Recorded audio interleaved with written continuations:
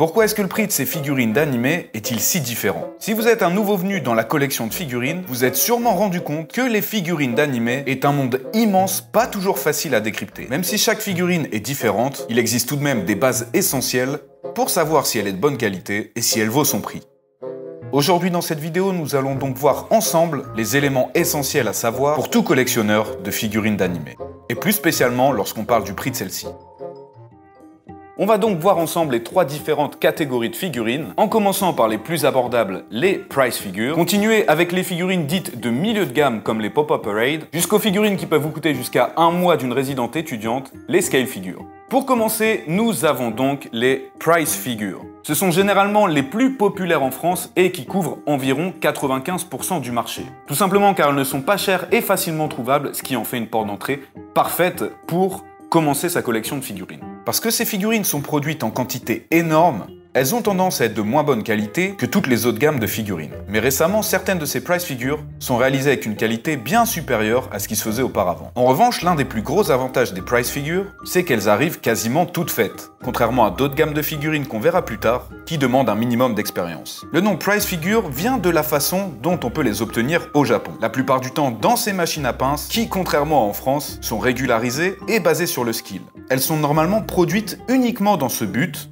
pour être gagné dans ces conditions, mais puisque malheureusement de nombreuses personnes ne peuvent pas venir directement au Japon, il est de plus en plus commun de retrouver sur des sites de figurines la possibilité d'acheter directement vos price figures. Alors oui, c'est sûr qu'avec ce genre de figurines, la boîte est plutôt simpliste, généralement juste en carton avec des illustrations pour être résistante aux pinces, mais l'intérieur est assez bien protégé. Mais certaines sociétés de production de figurines comme Taito sortent maintenant des price figures dites premium, comme la gamme des Artist Masterpiece, ou encore les King of Artists chez Banpresto, qui sont plus détaillées et imposantes. Alors que ces figurines ont un prix de revente fixé hors du Japon, ici les prix fluctuent sous plusieurs conditions. La popularité du personnage, mais aussi la date à laquelle il est sorti. Vous pourrez les trouver aux alentours de 2000 à 4000 yens aux alentours de leur sortie, mais peuvent valoir vraiment plus cher si vous attendez plusieurs années. Vous l'aurez compris, l'utilité des price figures, c'est qu'elles ne sont pas chères, très faciles à assembler et ne prennent pas beaucoup de place. Ils font d'elles des figurines parfaites pour toute personne qui veut commencer sa collection. Maintenant que vous êtes un pro des price figures, passons au grade supérieur. Alors ce type de figurine n'a pas vraiment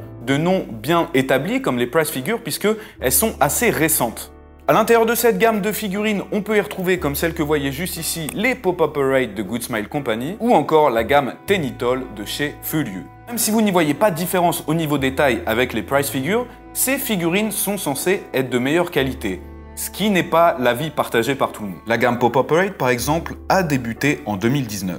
C'était un vœu de Good Smile Company de pouvoir sortir des figurines qui peuvent être produites plus rapidement que les figurines haut de gamme, mais surtout faciles à collectionner. Et ça a plutôt bien fonctionné pour eux. Ils acquérissent de plus en plus de nouvelles licences, tout en gardant une qualité constante. Puisque les temps de production de ces figurines sont moins longs, le temps d'attente entre l'annonce et la sortie de la figurine est en général de 4 mois. Alors que pour les scale figures, par exemple, cela peut prendre 1 an, voire plus. Et le succès de Good Smile Company avec ses Pop-Up Parade a poussé d'autres compagnies à s'intéresser à des figurines milieu de gamme, avec par exemple Furieux qui a lancé sa première gamme de figurines Tenitol en février 2023. Mais c'est pas tout puisqu'ils sont allés encore plus loin en créant des socles personnalisés à chaque figurine en lien avec le personnage mis en avant. Là où le socle des Pop-Up Parade est plutôt basique. Étant donné que cette gamme de figurines est plutôt récente, il ne serait pas surprenant de voir d'autres compagnies arriver prochainement avec de nouvelles innovations. Le prix moyen de ces figurines milieu de gamme est environ entre 4800 yens et 7000 yens actuellement au Japon. Et pour terminer, passons maintenant à ce qui se fait mieux dans le monde de la figurine,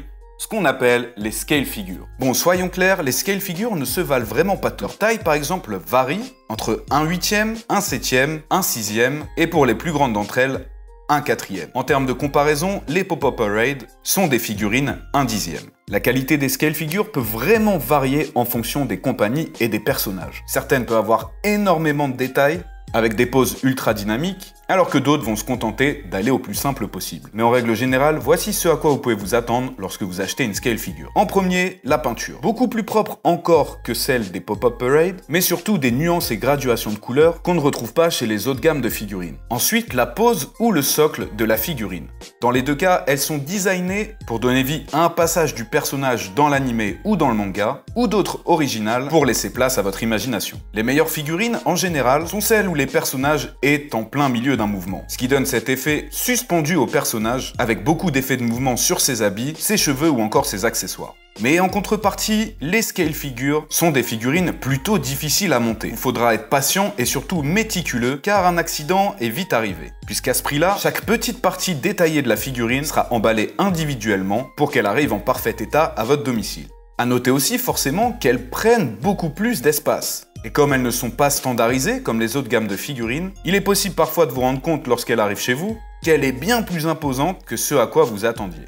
Sont pour les personnes qui ont déjà une bonne expérience dans la collection, qui ont déjà une bonne partie de leur budget alloué aux figurines, ou les fans hardcore d'un personnage particulier qu'ils ont envie d'admirer tous les jours en rentrant chez eux. Mais attention, ça ne veut pas forcément dire que toutes les scale figures seront forcément de bonne qualité. Malgré que certaines d'entre elles peuvent représenter un budget conséquent, elles peuvent être de moins bonne qualité que des figurines moyenne gamme, voire que certaines price figures. Certaines compagnies, par exemple comme Union Creative, peuvent passer du tout au rien. Et ce pour plusieurs raisons, comme par exemple ne pas du tout ressembler au personnage ou au caractère de celui-ci en question, ou un prototype bien trop complexe qui finalement ne ressemble pas au produit final. Mais en règle générale, on peut dire que le prix varie de 12 000 yens jusqu'à l'infini. Comme vous l'avez vu, ce n'est pas toujours évident de classer les figurines. Puisque l'industrie ne cesse d'évoluer, les compagnies s'adaptent pour plaire à un maximum d'acheteurs. Ce qui rend les frontières entre chacune de ces catégories de figurines de plus en plus floues. Vous l'aurez donc compris, tout dépendra de vos préférences, que ce soit au niveau de la taille et de l'espace que vous avez chez vous,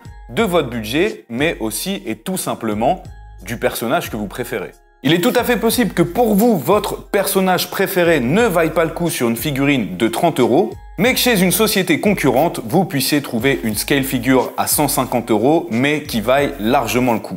Et ça tombe bien puisque sur solarisjapan.com, on en a pour tous les budgets. N'oubliez pas, au final, tout ce qui compte, c'est de se faire plaisir à soi-même, peu importe ce que les autres personnes en pensent.